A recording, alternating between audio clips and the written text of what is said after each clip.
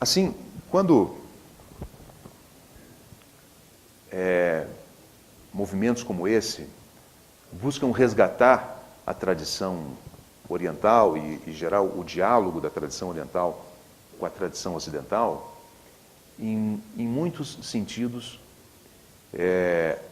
a tradição oriental tem a nos ensinar sobre isso. É claro que nós temos também as nossas riquezas, né? Mas, como o Roberto Otsu coloca nesse livro muito interessante dele, observar as estações, observar a maneira como a água faz as coisas, observar uma árvore, tomar esses elementos da natureza como temas de meditação, isso pode se mostrar extremamente rico. Jung percebeu isso. E num escrito dele, ele coloca que as árvores têm personalidade. Ele diz, deixa eu mostrar para vocês que eu trouxe isso exatamente para mostrar para vocês. Árvores têm individualidade.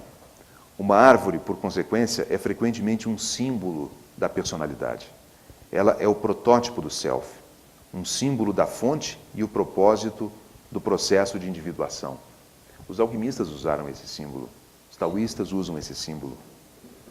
Muitas outras tradições também usam esse símbolo. Da raiz, que se nutre dos elementos da terra, biológicos, da copa, que é a expressão que se abre, né? Que se abre absolutamente para o infinito, para aquilo que não tem limites, o céu, e um tronco que faz a conexão, que na verdade somos nós, como ego, fazendo essa conexão. Quando esse tronco cresce, ele vai crescendo por camadas, ele vai crescendo no seu próprio ritmo. Não se pode apressar o crescimento dele. E nem pode-se querer que ele seja diferente do que é. Aquela árvore tem a sua natureza, ela tem uma função, ela dá um tipo de fruto, ela dá um tipo de semente. E assim cada um de nós. Quando se tenta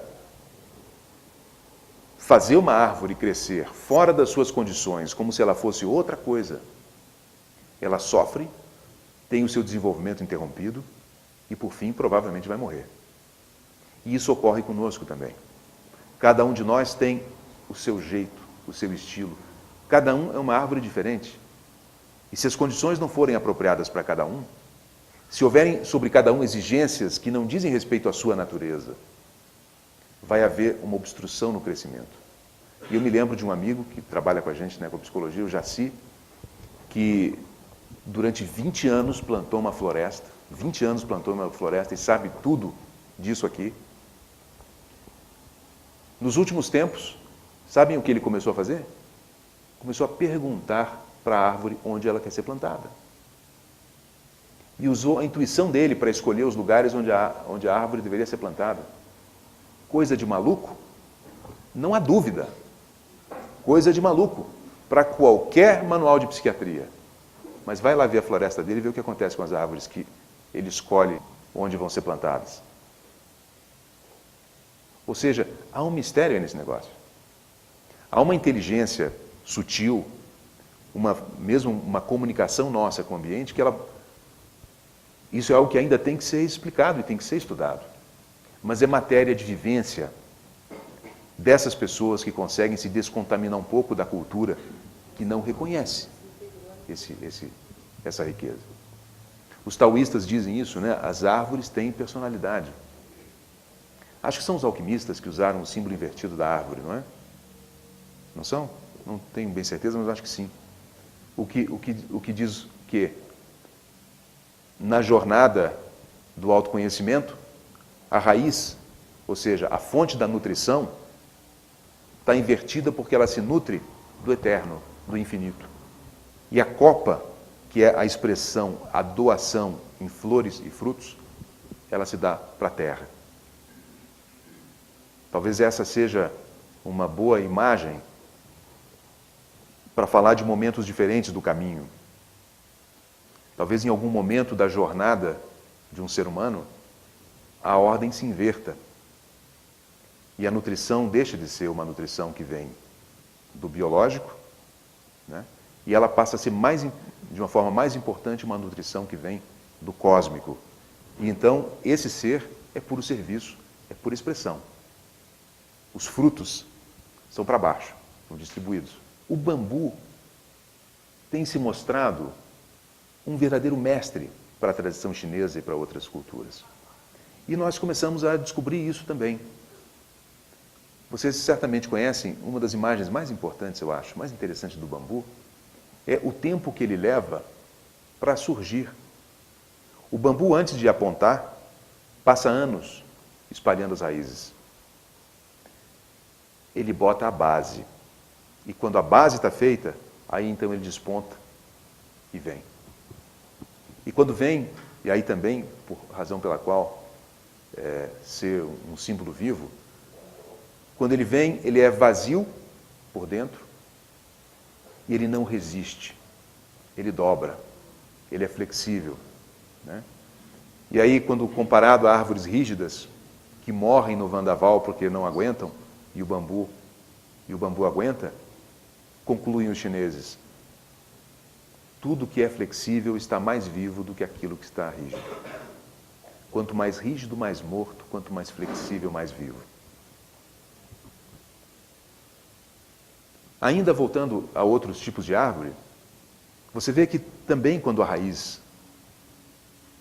está bem assentada, e vocês sabem que a árvore cresce para baixo o tanto que ela cresce para cima, né? O seu diâmetro de copa corresponde ao seu diâmetro, no mínimo, seu diâmetro de raiz. Mas quando ela cresce com um equilíbrio dos seus galhos. Se você olhar, ela cresce em harmonia com seus galhos. Isso nos remete à importância do equilíbrio no crescimento das diferentes facetas do nosso ser. Uma árvore que cresce só numa direção e só de um lado tem galho, ela vai tender ao desequilíbrio. O crescimento precisa vir equilibrado nos opostos. Se uma dimensão nossa é acessível, mas a outra dimensão oposta não está, é aqui que nós vamos adoecer. E esse é o símbolo de uma ética do equilíbrio e de um programa, vamos dizer assim, de desenvolvimento das faculdades humanas. É preciso olhar o oposto. E essa ideia do olhar o oposto na natureza, que sempre se equilibra, né? Sempre vai para homeostase, a ideia do grande organismo, sempre em homeostase, sempre buscando o equilíbrio, sempre no desequilíbrio, mas com uma tendência ao equilíbrio. Tudo isso fica claro. Assim, só alguns exemplos de como a natureza pode ser oráculo vivo para as nossas dificuldades. Talvez conversar com um amigo seja uma grande saída, conversar com um terapeuta, uma grande saída. Mas eu espero o dia em que nós possamos também conversar com o não verbal, conversar com o mundo natural e dar a esse mundo natural, o valor terapêutico que ele tem, porque a gente sabe que da natureza vem a cura do corpo, mas a gente ainda não descobriu que da natureza também vem a cura do espírito. E uma visão de ser humano que mereça respeito, necessariamente tem que ser uma visão baseada no espontâneo. Porque aí a gente faz uma grande diferença, uma grande diferenciação. Os caminhos espirituais que apresentam modelos pré-estabelecidos de como os seres humanos devem ser, e esses são essencialmente mais literários, mais bibliográficos do que centrados na natureza, em geral são assim.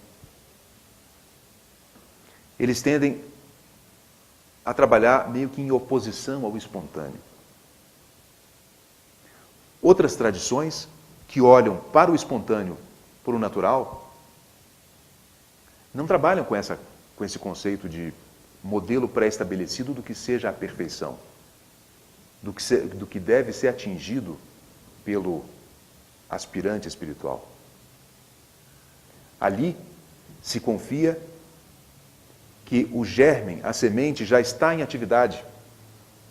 Há já um impulso para o desabrochar, que é preciso dar as condições naturais e o desabrochar vai ocorrer. Não é preciso desentortar o pau torto. É preciso apenas dar as condições para que a semente faça a sua parte. Porque esse é o grande, talvez o maior mistério da natureza.